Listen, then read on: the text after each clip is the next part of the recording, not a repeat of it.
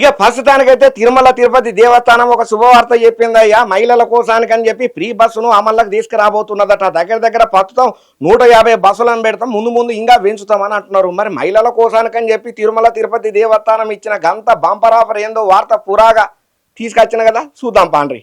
ఇక తిరుమలకు పోయే శ్రీవారి భక్తులకు టీటీడీ ఇంకొక టీపీ కవరేజ్ చెప్పిందయ్యా. తిరుమలలో అన్ని చోట్లకు పోయేటందుకు మహిళల కోసానికని చెప్పి పిరి బస్సు సౌకర్యాన్ని అయితే కల్పిస్తున్నదట తిరుమల తిరుపతి దేవస్థానం. ఇక మహిళల కోసానికని చెప్పి ఆర్టీసీ బస్సు ప్రయాణాన్ని సౌకర్యవంతంగా పిరిల అందుబాటులోకి తీసుకొస్తున్నట్టుగా తిరుమల తిరుపతి దేవస్థానం ఈవో అయినటువంటి శ్యామలారావు సార్ చెప్పుకుంటా వచ్చిండు. ఇక ఈ పిరి బస్సుల సర్వీసులల్లా మొదటి దశలల్లా దగ్గర దగ్గర 150 బస్సులను అందుబాటులోకి తీసుకురాబోతున్నట్టుగా అధికారులు చెప్పుకుంటూ వచ్చిండ్రు. తిరుమల గిరుల మీద వివిధ ప్రాంతాలకు పోయే ప్రయాణంలో మహిళలకు భద్రత సౌకర్యం కల్పన చేయాలన్నదే ఈ పథకం యొక్క ప్రధాన ఉద్దేశం అట. భక్తుల కోసం అనేక సేవలను అందిస్తున్నటువంటి టీటీడీ ఇప్పుడు మహిళలకు ప్రత్యేకంగా పిరి బస్సు సేవలను అందించుడుతోని దీనివల్ల పబ్లిక్లలో మంచి స్పందన వస్తున్నదట. అవసరాన్ని బట్టి ఇంగిని బస్సులను తర్వాత రోజులలో అంటే ముందుగాల పెంచుతాము, అందుబాటులోకి తెస్తామని చెప్పి టీటీడీ భావన కూడా చేస్తున్నదట. ఇక ఆలయ ప్రాంగణం ఉంటది కదా, ఆ చిన్న ప్రయాణాలకు ప్రైవేటు వాహనదారులు ఎవరైతే ఉంటారో అధికంగా ఛార్జీలు వసూలు చేసి ముక్కు విండి భక్తులను ఆగం చేస్తున్నారన్న ముచ్చట్లల్లో కూడా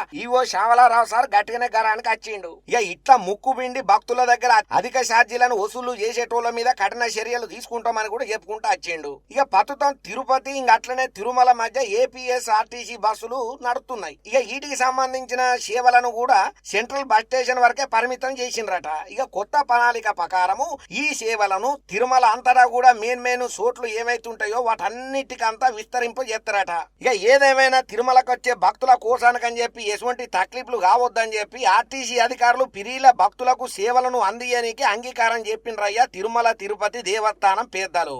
ఏదేమైనా ఈ మాట విన్నప్పటి సంది అయితే మేము ఎప్పుడెప్పుడు తిరుమలకు పోతామా అనే ఆశతోటి ఆతృతతోటి భక్తులైతే మస్తు హ్యాపీగా ఫీల్ అవుతున్నారట.